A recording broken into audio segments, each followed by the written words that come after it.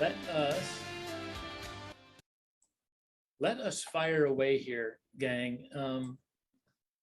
Super excited about this session here, mainly because, well, first of all, just because it's an opportunity to kind of maybe break the rhythm a little bit and get together around a topic that is really important.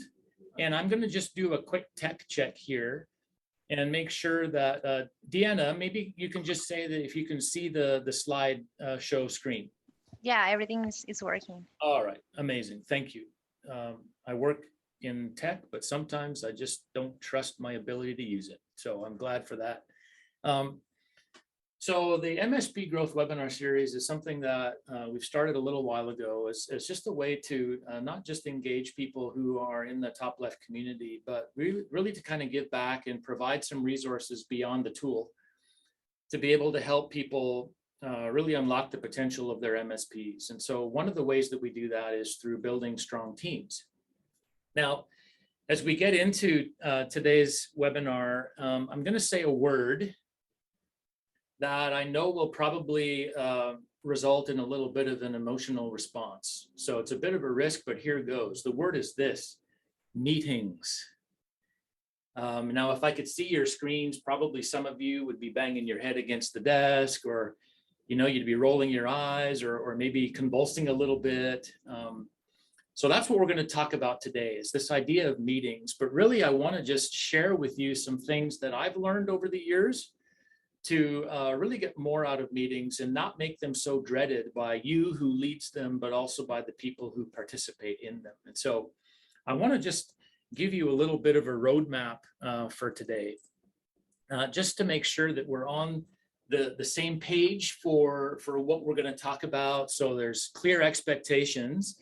So I'm going to start, first of all, by talking about top left and the Lean IT House. Now, the Lean IT House, I'll describe it in a little bit, but it basically is kind of the foundation that we're laying as a company to be able to deliver the services that we're delivering to you, our amazing customers. And so I'll share a little bit about that first. And then I want to talk to you about meetings from a more of a philosophical perspective, like, why do we have them? I'm not going to suggest that we stop having them, but it's really important that we're on the same page about why. Because if you're confident about why meetings need to occur in your teams, then it's going to make it a lot more of an engaging experience for the people that attend your meetings. So then the third thing is, then I'm going to actually give you the 6 things you can implement now to really ramp up the effectiveness of your meetings. And you can see a little bit of a badge there called rule of thumb. I'm going to share the 6 things, and after each one that I share, I'm going to give you a rule of thumb that you can take away to help you better implement the things that I'm going to give to you today. And then lastly, I'm going to present an opportunity that I know I'm really excited about it, because it's an opportunity to get you to further engage in what it is that we're going to be talking about, not just from a meeting standpoint, but from a building strong teams and managing workflows standpoint. So it's an opportunity for you to engage at a bit of a deeper level. So stick around till the very end, because you won't want to miss the opportunity that I'm going to present to you. So starting off, number 1, top left, and the Lean IT House. This is the Lean IT House. It's not something that we created. It's kind of an industry standard thing. If you're into lean and agile methodology, you might have seen this. But really, this is kind of what we're trying to build for you, our amazing clients and customers. And so I'm not going to go through each section here. We don't have time for that, but I wanted to tease this if you haven't seen this yet. We're going to be sharing about this in the Top Left podcast that we've launched. We're going to be blogging about it. And so if you don't have access to the podcast that we've launched and the newsletter, please throw that in the chat if you want access to that. And Deanna will take your name down and make sure that you have access to that great information. But basically, you can see, kind of starting at the bottom, the foundation that we're trying to build. And then working our way up, there's a balance between kind of the leadership and the technology. And so the top left tool that hopefully all of you on this call are using is designed to provide that visual management and metrics that you can see kind of close to the roof there. But the other part of it too is as we're leading in our MSPs, there is that people component. There's that leadership component. And so we want to pay attention to that as well. But for today, when we talk about meetings, we're going to talk about that respect people box or rectangle at the very bottom right. Don't worry about what the other ones are right now. It's we don't have time to unpack the context of that, but really this is a people issue as much as it is a technical issue when we talk about the effectiveness of our meetings. And so stay tuned for more on the Lean IT House in future webinars, and also that top left podcast and the newsletter, like I mentioned. So let's keep diving in. Why do we have meetings? Maybe a better question would be, what's the purpose of them? And so I think, though, before we start to dig into that, what I want to share is just a short little video to kind of grease the wheels and get you thinking about maybe why meetings don't work well sometimes. And so it's a little bit, in my opinion, it's a funny video. I hope you enjoy it, and we'll come back after it's done here. Why can't you do your work while you're at work? There isn't time. I have to go to meetings. Do you think it would make things easier if I came and slept at the office? Why don't you come and sleep at the meetings? Everyone else does. Timothy James Brown Smith, you're charged with chairing without due thought and preparation. How do you plead? I think I'm supposed to be in a meeting. But this is a dream. Sorry, I'm late. Bit of a bloody planning. On and on as usual. What are we talking about this morning? Well, we better talk about that first. Other than agenda. Item 1, the agenda. Well, I always think it's very useful to get together like this, just to see if... Is there any point in having got together? What? I think you'd better tell us what the charge is. Well, I haven't given it that much thought, quite honestly, Millard. Things been a bit hectic down the station this week. I thought we could sort of work something out where we all got together. Second charge, failure to signal your intentions to the meeting. Can we take item 1 now? I am taking item 1 now. Improving company communications. No, Ron, it's not the computer, it's the telephone. What? Look, every time we try and get through down there, they're engaged. What? No, it isn't. What? Well, what extra maintenance will they need? What'll it cost? Well, I can't tell you off the top of my head. Look, the point of putting this on the... It's a fake. The painting is a fake. Oh. Did he sell it? Definitely not, Millard. Third charge, negligent ordering of agenda and criminal misallocation of time. Look, I want to take this order if we can, okay? It's McKenna's, so if we can do this one, they may come back to us. Ron. Well, I think we're making a mistake. Look, I'm sorry, it's 10-2 now, right? Yes, well, if we hadn't wasted 45 minutes discussing the bloody park... That was urgent. The park opens on Monday. Fourth charge, not being in full control of your discussion. My problem is that people are still getting sick on Fridays and Mondays. Now, what your lads need, Ron, is a bit of discipline. It depends on what you mean by discipline. Well, I'll tell you what I mean by discipline. Nailing a few of them to the front gates. That's what I mean. Shut up, Marcus. Well, I've got a hunch we did him about 5 years ago for forgery, or it could have been arson, but he thinks he was taller. And it was forgery. No, never. Didn't anyone write down what the judge said? Well, we all thought we knew what had been decided. Next item. What? To discuss and decide exactly what it was that we did discuss and decide at the last meeting.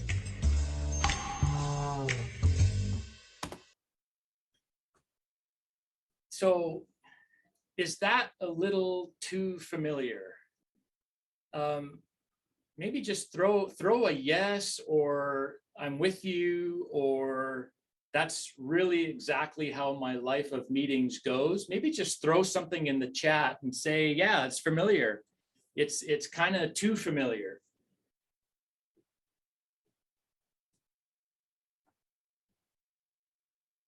Yeah. Yes. Yeah, for sure. Yeah, this is this is something that is probably more familiar than we'd like. And so, okay, Jim, yes, although not with my current company. Good answer. Jim works with us at Top Left, so he's given a real good answer there. I appreciate that, Jim. But this is sometimes the way meetings go, isn't it? You know, we think we have the best of intentions in mind, but more often than not, things go off the rails quite quickly because nobody really knows what the purpose is of what we're talking about. So before I give you the 6 things that I think are going to really help you unlock the potential of your meetings, I think it's really important that we agree on the purpose of them. And so these are things that I think are the general purposes of meetings. And I'm going to use the word arguably because you might have kind of your own framework that you use to think about meetings and to help your teams understand what they're all about and the purpose of them. But I'm calling this the meeting mindset and using 3 C's. And so one of the purposes of meetings is connection. And I'm not talking about necessarily taking a significant amount of time to go around and tell people how they're doing and if they're walking their dog or how their family is. Those are incredibly valuable things. And I'm not saying that you shouldn't do that. But when I say connection, I mean, especially 1, given how busy we are, 2, we're in a remote situation, most of us. And so it is important that we use meeting times to make sure that we stay connected with our team members. So that's one of the 3 C's. The second one is collaboration. Very rarely do we have time to kind of just pick our heads up from our monitors and to make sure that we are looping other people into what it is that we're doing, so we're not working in isolation, so that if we need help, we can get it.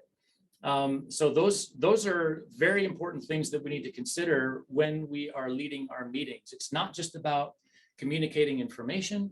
It's about making sure that we are connecting with our team members and they with each other, and that we are instituting a spirit of collaboration through what it is that we're trying to accomplish.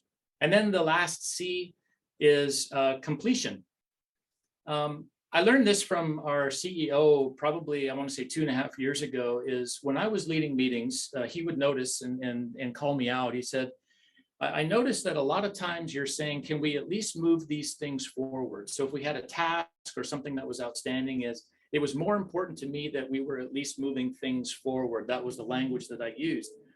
And he called me out. He says, you're never going to get anything done if all you're worried about is just moving things forward. And so really, it is important that you are completing tasks, even though you might not be able to complete something in that particular moment in time in that meeting. It really is more important to have a mindset of completion. So those 3 things: connection, collaboration, and completion. You might have different ones, you might have more, but for the sake of this time together, I want to suggest that those 3 things are crucial from a philosophical standpoint to how we approach our meetings. So with those things in mind, let's get going and talk about 6 things you can do starting now to lead better meetings. And so like I said at the top of the webinar, what I'm going to do is I'm just going to kind of share each thing one by one, but then as soon as I share the one thing, for example, there's going to be a rule of thumb badge that comes up that's going to just give you hopefully a little bit of an easier thing to remember as you go back into your workday with your teams, and you can help yourself and them lead better meetings. And so here's the first step. The first step is to consider what happens the week before. The idea here is to plan well in advance. The last thing that you want to do is show up to a meeting, haven't given any forethought at all to what it is that you want to discuss. Now, if you're like us at Top Left, usually we have a pretty templated and standard agenda that we invite people to kind of go into our wiki space that everyone has access to, and they can fill it out and put stuff in there as they want to. But typically what happens is we're all so busy that usually we just show up to the meeting, and knowing, especially if we're not the ones leading it, we hope that the person who is leading it is going to be prepared. And so we don't give it another thought. But if you're leading a meeting, what I encourage you to do is to plan like a week in advance to make sure that you are putting together an agenda that's going to be engaging and that gets at the 3 C's. Because if you're just showing up and having an ad hoc meeting, you're not really going to get anything done.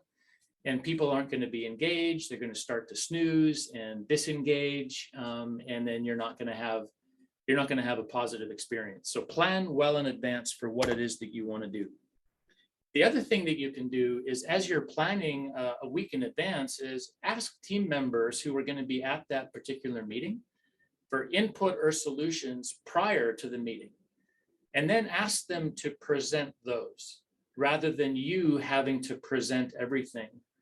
It gets at the engagement piece that we're going to talk about a little bit more later on. But if you do that, you have to give them enough advance notice, and you have to really coach them well in terms of what it is that you expect as far as the content and also the timing of that.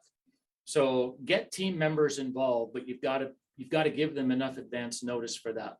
Before I carry on, I've got one more point to talk about on this particular, the first point here, but I want to just clarify something. Is what I'm talking about when I talk about the 6 things that you can do to implement to get better meeting results. I'm talking about typical like longer meetings. Most of you, maybe some of you, have like daily huddles. I'm not suggesting that these 6 things you can do to implement to get better huddles, because typically huddles are just for the exchange of information and quick updates. For us, we try to keep them to like 15 minutes.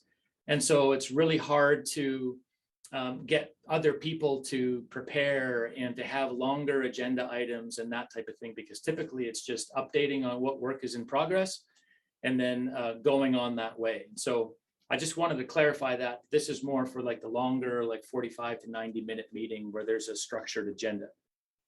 Okay, the last thing in this point about the week before is make sure you're sending out the agenda well in advance of the meeting, and then invite and ask people to begin to think about the items and the issues. Even if they don't, what you're doing is you're at least giving them that mental reminder that the meeting is coming up, and then here are some of the things that we are going to need to talk about. And so even though they might just hear that and then move back to their work, they're going to have that kind of subconscious thought about, okay, yeah, that's coming up. That is an important issue. They're at least going to start to formulate something in their mind they can bring to the meeting as a discussion point. So that's the week before. So now here's the rule of thumb. Any meeting is only as engaging as you, the leader of the meeting, make it. So give it the importance it deserves and plan ahead. So if you're not planning ahead the week before and you show up just kind of, even if it's a virtual meeting and you're not prepared, you share the agenda right at the top of the meeting that nobody's seen before, nobody knows the issues or the decisions that need to be discussed and made, they're going to know that you're not prepared. And then you've lost them.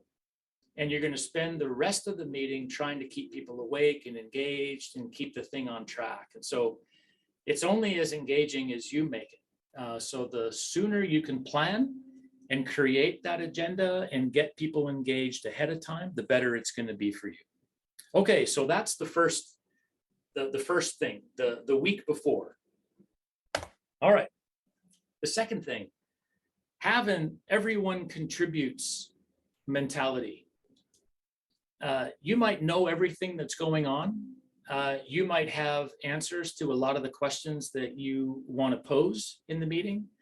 You might know what information you need from a particular team member who's going to be at the meeting.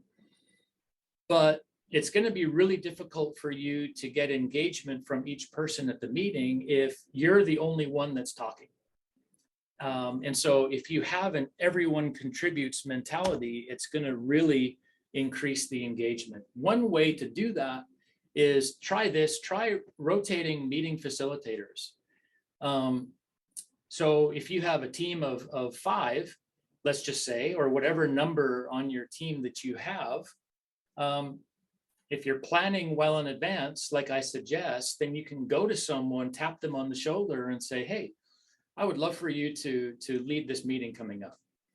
You'll probably get a look of shock or no, I can't even think about doing that. I'm too busy. If you take the time to coach them through that, and really it's not about knowing everything and having all the answers, but it's presenting the agenda, making sure the meeting is running on time and those types of things. It's going to increase the ownership. And what it's also going to do is it's going to give you a break from being the only voice on the team. Because I lead a lot of meetings, and the last thing, well, I'll say it this way, the thing that invigorates a meeting is when someone else speaks, because people get used to my voice, my cadence, my sense of humor or not. And it's a lot easier to tune one voice out. But if you rotate meeting facilitators, it gives that freshness. And it gives them some experience. And then it also signals to everyone else on the team. It's like, oh, he could tap me on the shoulder next. And so I better be ready and I better pay attention to what's going on. If you are facilitating, so for example, if you're not comfortable rotating facilitators and you want to maintain that role, that's fine. But make sure to assign ahead of time a portion of the meeting for someone else to lead. Again, just as an idea to make sure that there's variety and a different voice. So you, for example, you might have a section like we do. We talk about issues that need to be discussed and solved. And so usually the whole team is going to be aware of what those issues are. There's no need for you to be the only one talking through those. And so you might want to just be the lead for the majority of the agenda, but then hand it off at some point for someone else to lead a discussion on something that maybe they're more familiar with. So that's another tip there.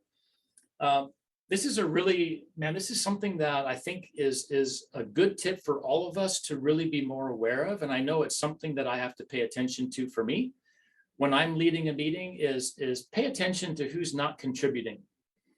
And then call for their input. We all have people on our teams who are quieter, who are maybe shyer, more reserved. That's not a weakness. It just is. There are some people that are deep processors, and it takes them a long time to process information.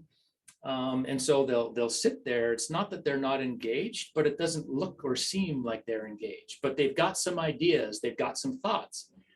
Pay attention to maybe who on your team is like that, and then don't let the meeting end before they have an opportunity to contribute what it is that they're processing in their quiet time by themselves. And so look around for that, and it might be uncomfortable at first.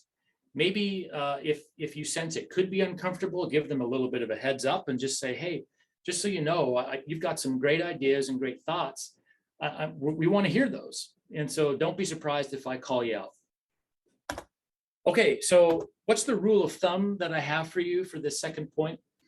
It's what I just said. People have ideas, thoughts, solutions, but they don't always volunteer those. So you've got to call it out of them. So really encourage participation and commenting from everybody, and that'll up the engagement of each one of your meetings. All right, the third thing, cater to different learning styles. Cater to different learning styles. So what am I talking about here?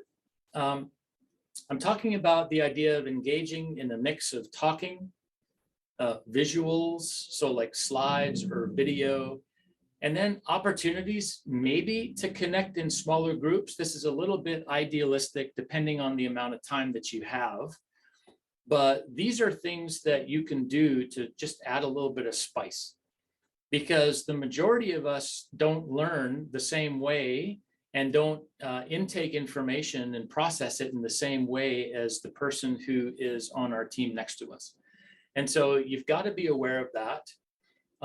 You can find out the different ways that people learn through, well, 3 ways. Well, I'll mention 2. One, you can just observe, and over time you can get a real good idea of how people contribute and how they engage. Or the second thing is you can just ask them. You can say, hey, what really keeps you attentive? What really helps you to engage and stay engaged? I had a guy, not with the current team that I lead, but it was a different life, a different career. And he would sit down in a meeting, and as I was getting to know him, he would be doodling. He'd have like a yellow legal pad of paper, and he'd be doodling, like I'm talking about cartoon doodles. And at first I was like really put off, and I'm like, man, like, can you please pay attention? Like, this is important stuff. And he's like, oh no, like no disrespect intended, but this is just how I process information. So while you're talking or someone else is talking, I'm doodling and creating a picture of what it is that I'm hearing. So he was a kinetic learner. He needed to process information by doodling on a yellow pad of paper. So once I learned that, then I relaxed a little bit and allowed him that space to learn in that way. So other people, it's great for them to just listen and hear words and they get it. Other people, they need the sound, the video, the music, and those types of things to really engage their attention in that way. And so do a little bit of work to figure out what those learning styles are, and then create those opportunities in the meetings that you lead. So I just said this already, but survey the group at some point and ask them how they best engage in a meeting. And then you'll be well on your way. So what's the rule of thumb for this particular point? The reality is that people learn differently. So provide opportunities for everyone to engage in their own way. Now you'll have to be careful, and I'm using a little bit of sarcastic humor just to make a point.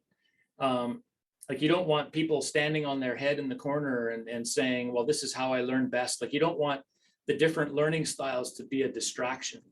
And you certainly can't go around and have different media to accommodate each one of your team members in a given meeting. And so just understand, though, that there are different styles that people learn better with. And so try your best to create opportunities for them to learn in that way. Okay. I'm going to just take a breath here for myself, but also for you. And just, I want to ask, are we on track? Are you engaged? What questions do you have? If you have questions, throw them in there, in the chat, I mean, and I'll have a time at the end to address some of those questions. But if you have comments or questions, or even if you don't have questions, just, give a yes, we're on track in the chat, and we'll keep going here. Yeah, so Jim just had a comment here. I had a colleague that he did the same thing, couldn't concentrate without doodling. It helped him stay in the moment. Yeah, 100%, Jim. Yeah, these are the things, again, that you learn as you lead meetings over time. So yeah, so go ahead and even as I'm talking, throw your comments, questions in the chat, and I'll do my best at the end to address those. Okay, so let's carry on here. Number 4, open with a bang. Open with a bang. What do I mean by that? Start with a focused attention getter to grab people's interest. It could be like a provocative question. It could be a funny story. It could be a real life example of a problem you're trying to solve. But one of the worst things you can do is just sit down, and once everyone's there, or even if everyone's not there because you want to start on time, we'll talk about that a little bit later. Don't just dive right in. Give people a chance to reset from coming in from something else that they've been busy at. You've got to give them an opportunity to switch their mind, to become present in the moment. And so I gave a little bit of an intro here to the webinar, like just kind of a, hey, welcome, and those types of things. But I tried to do that with that video that I showed. One, because I thought it was hugely funny. But the other thing, and it was related to the topic, but the other thing is I wanted to just kind of just make it not about my voice, and because I'm doing the majority of the talking in this meeting, but at the same time, I just wanted to kind of set the stage for what it is that we're going to be talking about, and try to maybe like prick your emotions a little bit to understand the problem that we're all facing as we lead our meetings. But start with the bang, with like a focused attention getter to really kind of reset their minds to engage in the topic that you're trying to present. So here's what's true. Here's what's true. Attendees of your meetings most times ask the question, and usually it's an internal question: what's in it for me? Why am I here? What's the point? I'm busy. You're asking me to take time away from billing, right? From doing what you're telling me to do, which is do work for our clients and make the company money. So here we are in a meeting. What's the point? What's in it for me? You answer that question by how you start the meeting. And so if you start the meeting by setting the tone, then they're going to go, okay, that's what's in it for me. And it then becomes something that they just breathe a little bit, they sit up a little bit straighter, and they're going to just kind of really be focused on what it is, that the problem that you're trying to solve in that meeting. So recognize that we're all very selfish, and we want to do things that help us, and that includes meetings. And so answer that question by how you start the meeting. Here's the rule of thumb. People most often, they don't look forward to meetings. So take the time to plan an engaging start to capture their attention. Now, this is hard for me to read, and it's hard for me to say, because I love meetings. And if that makes me a little bit of a freak, I'm okay with that. I love them. I love them because it is an opportunity to connect and collaborate, like I said. And also, I mean, I do enjoy completing work, but like I do enjoy them, because to me, it's a work task. It's an opportunity to get work done, but it's also a social event to me. I love my coworkers, and meetings is one of the ways that we spend time together. But people most often, they don't look forward to the meetings. And so if you can, as the facilitator or the leader of a meeting, find a way to just really hook them at the very start, and open with a bang, I think you're going to change the tone and the culture around meetings. And people, they might not get excited about them, but they won't. Stand by for a second. Okay.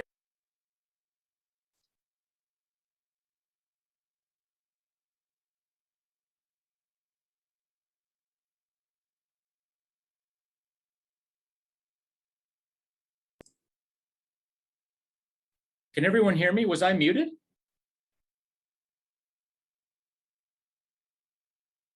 Deanna, go ahead and unmute. Let's have a conversation here. Hey, yeah, you're okay. Okay. Oh, I was muted for 5 seconds. Yeah. Should I start the webinar again? No, I totally. Okay, I can. Nah, it's not going to happen. Okay, good. All right. So I'm going to carry on like nothing happened, which apparently it didn't.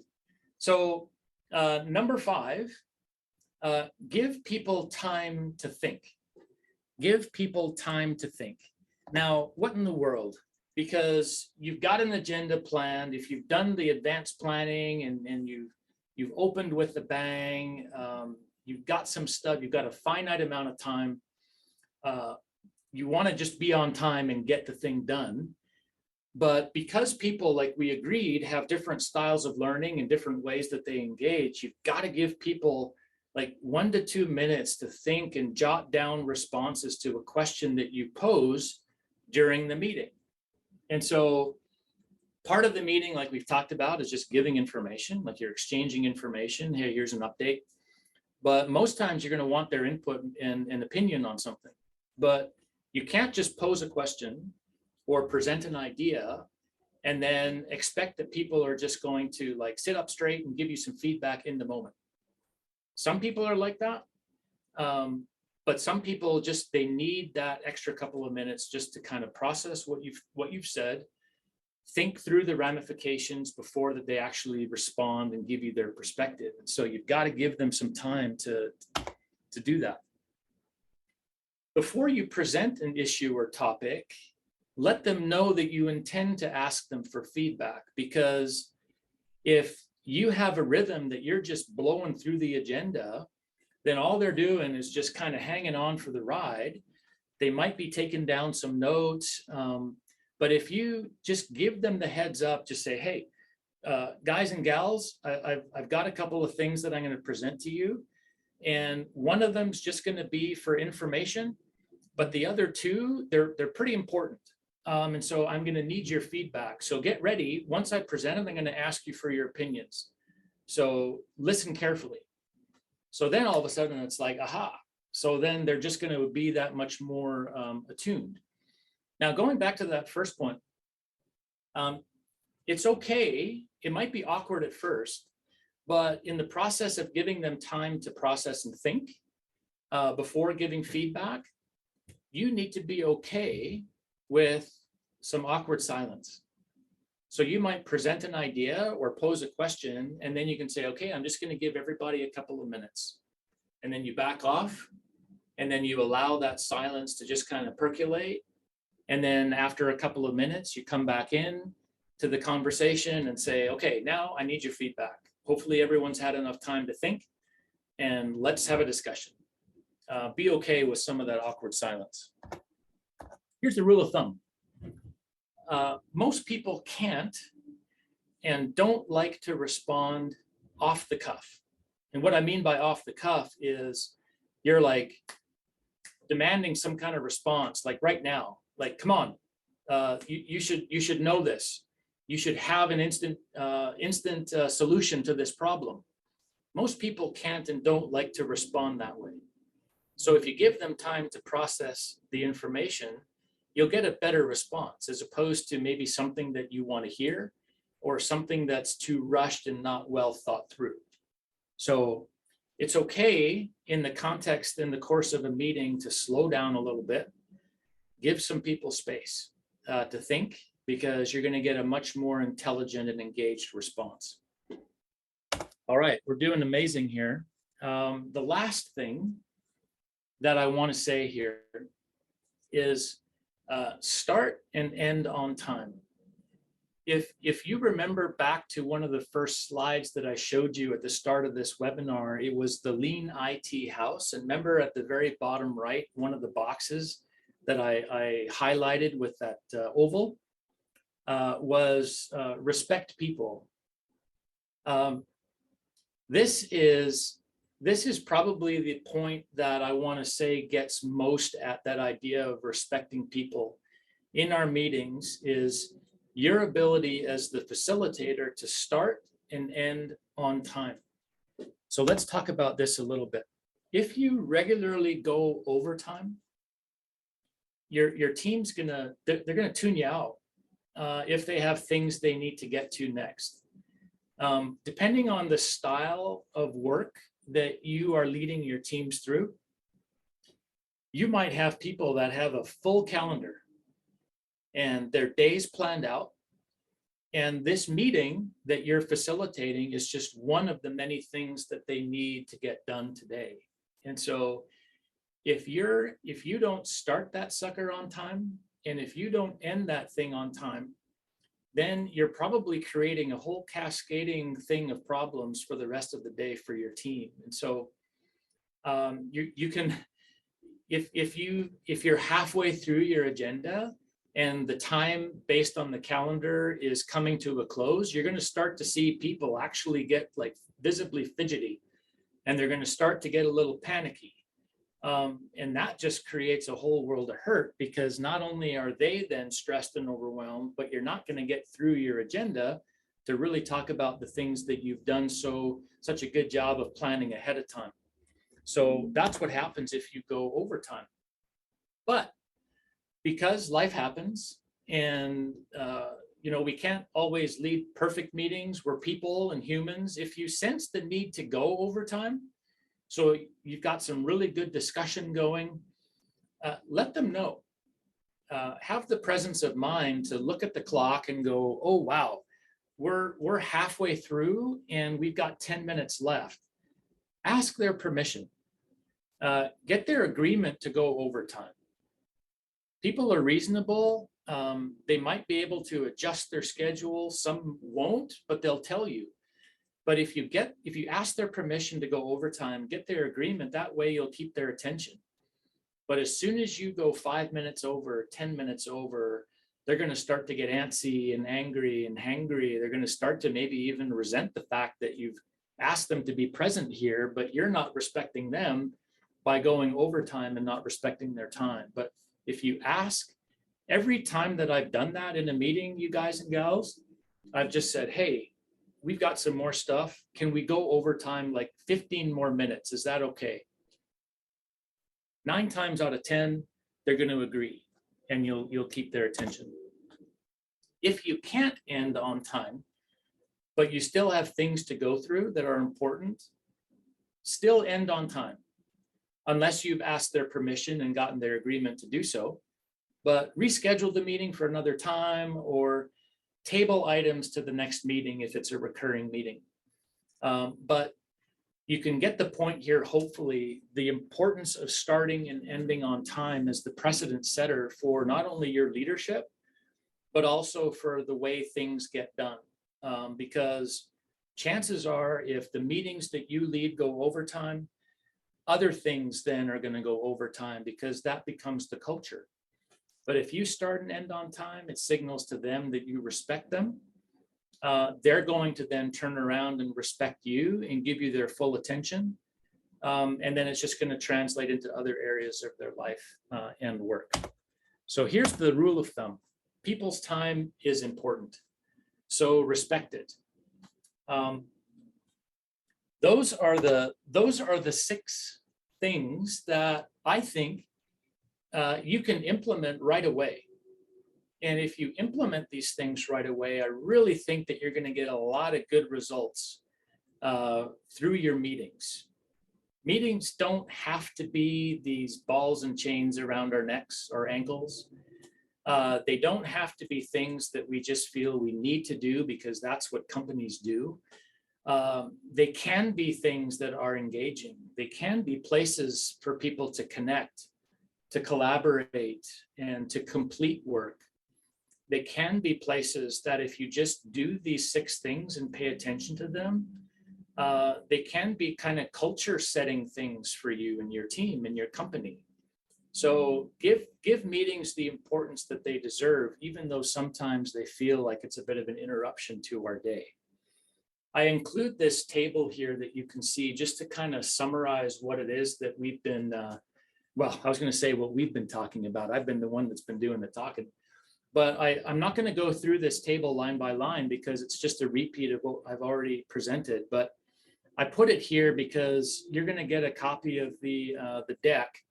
And for those on your team that might not be here and you think this would be valuable for them, you can share the deck with them, or you can just share them this slide and they can print it out, or they can just have that as a reference, a really quick reference to what it is that we've talked about today. So that's the basic presentation. I'm going to get to the opportunity in just a minute here, but I want to give an opportunity for questions. I do want to go back here. Christy, you said learning styles are hugely important and translate directly to work style. Yeah, thank you. It seems like, Christy, you've got a lot of experience with this and that you've already been paying attention to what those are on your team. So yeah, I appreciate that feedback. Any other comments or questions? Throw them in the chat. I'll give you time to maybe think and process a little bit. And so maybe just maybe a minute, 2 minutes of silence while you put those together. If not, I'll keep motoring on, but I do want to give an opportunity. So throw those in the chat if you have them.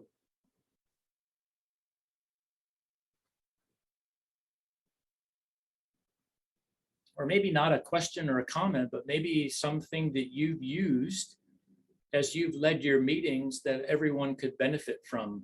Maybe some strategies or some things that you've done to help people stay engaged.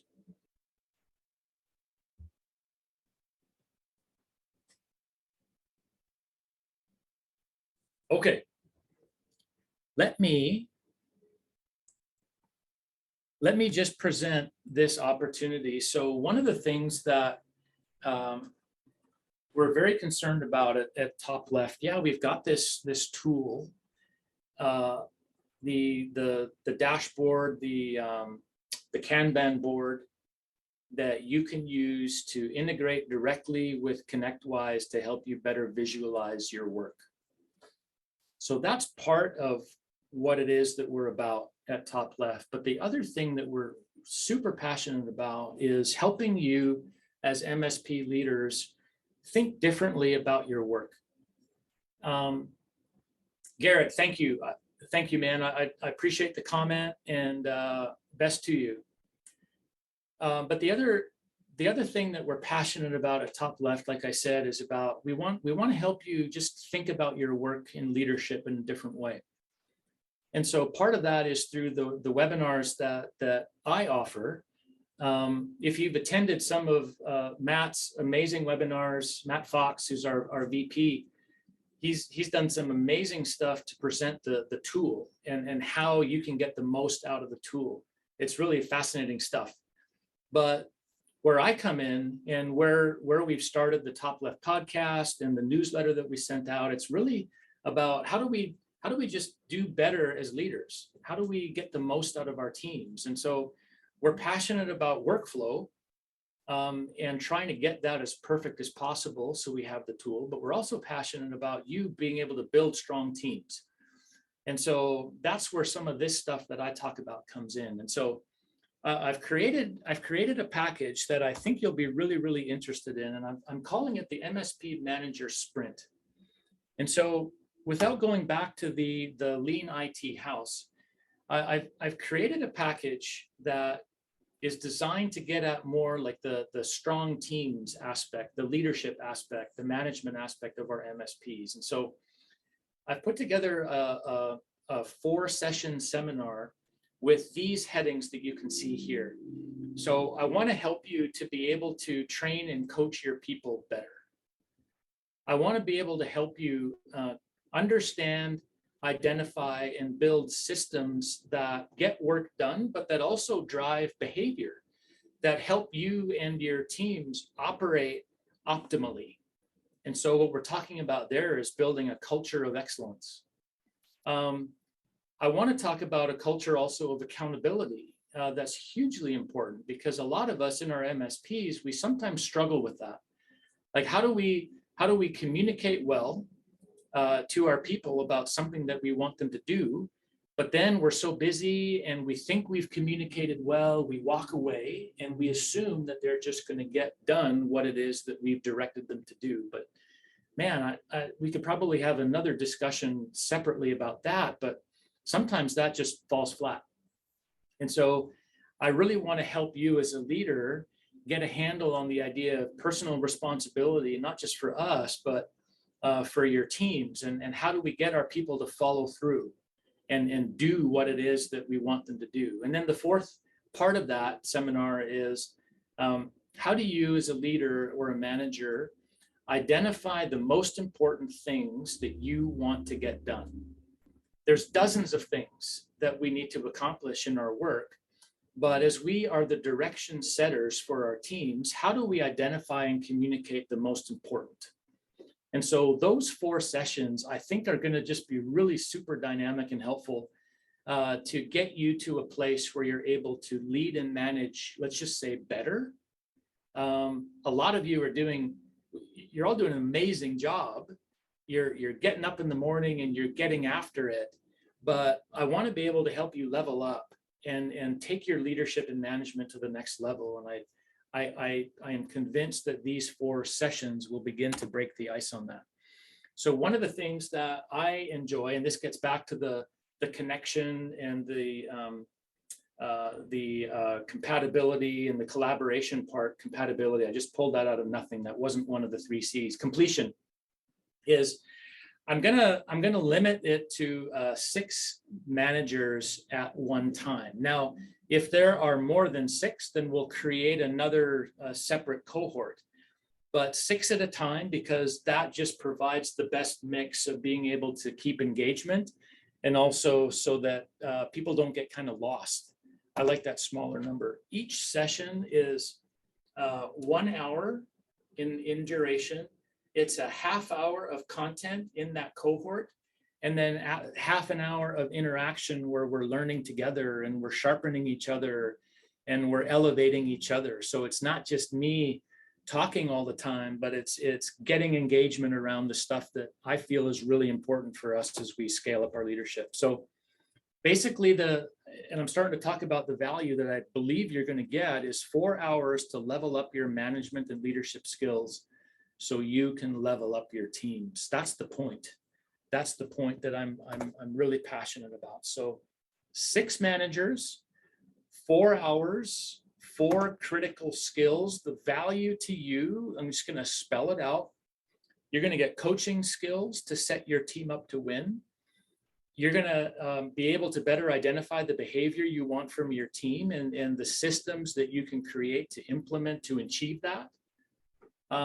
Third, you're going to begin to understand how this idea of emotional intelligence can help you get your team to get things done.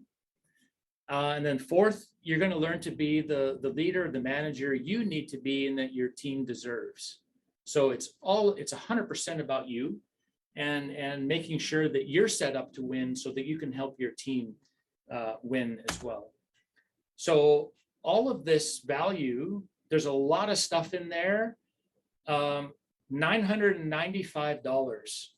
And I really think this is going to be something that is going to excite you. I think it's going to be well worth your time. If you say throw yes in the chat, what I'm going to do is I'm going to send you a copy of the book, The Lean IT Field Guide, because it gets at some of the principles that we were talking about today. It gets at the idea of how do we level up our leadership. It's also where we get the lean IT house model from. And so say yes, I'll send you a free copy of the book. Now, I know how this works. You might be interested in this, but you might need to present this to a decision maker. I get that. By you saying yes in the chat, you're just telling me that you're interested. What I can do is, based on your yes, I'll send you directly kind of a half sheet that presents the value so that you can present this to a decision maker.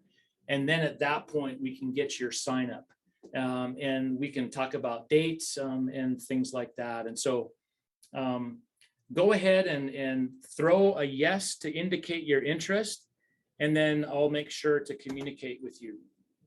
So I do want to offer this as a guarantee. I've been living this stuff for my entire career. I'm convinced of the power of some of the things that I'm talking about in these 4 areas. In fact, I'm so convinced that if you, after fully participating in this program that I've outlined, and you adopt these things and you begin to implement these skills with yourself, if you're not satisfied with the progress that you see in yourself and with your team, I'm just going to give you your money back. It's that important to communicate this stuff to you and to give you these tools, but it's more important that it actually works for you.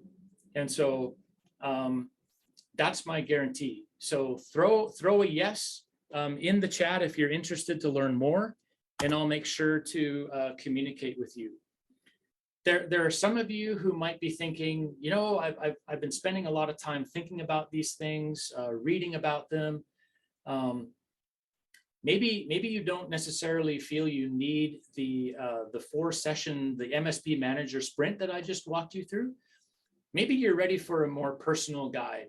And so if you're interested in one-on-one coaching, where you can work with me on a regular basis, one-on-one, to talk through some of these things, and we can get really, really deep into the weeds of what it is that you're trying to accomplish. Type coaching in the chat or email me directly. You can see my email there, steven@topleft.team. And I'd love to have a conversation with you. Now, I'm going to be, thank you, Christy. I really appreciate that. I'll make sure to communicate more detail with you. But at the same time, for everybody, if you need some time to think about, even if this is something that you'd be interested in, again, we can send a follow-up email, or you can email me directly and say, hey, can you tell me a little bit more? I do want to provide value for you. I think this does, but I understand the need for more information to help inform your decision, but also maybe just some time to think. And so I'll send a follow-up email to that effect. But even as I'm wrapping up this webinar, I am watching the time. Go ahead and throw yes in there, and I'll make sure to communicate. But that's it. That's it. So hopefully this has been super valuable for each one of you. 6 things that you can do to implement right away to lead better meetings and get the most engagement. So thank you so much for everyone for being here.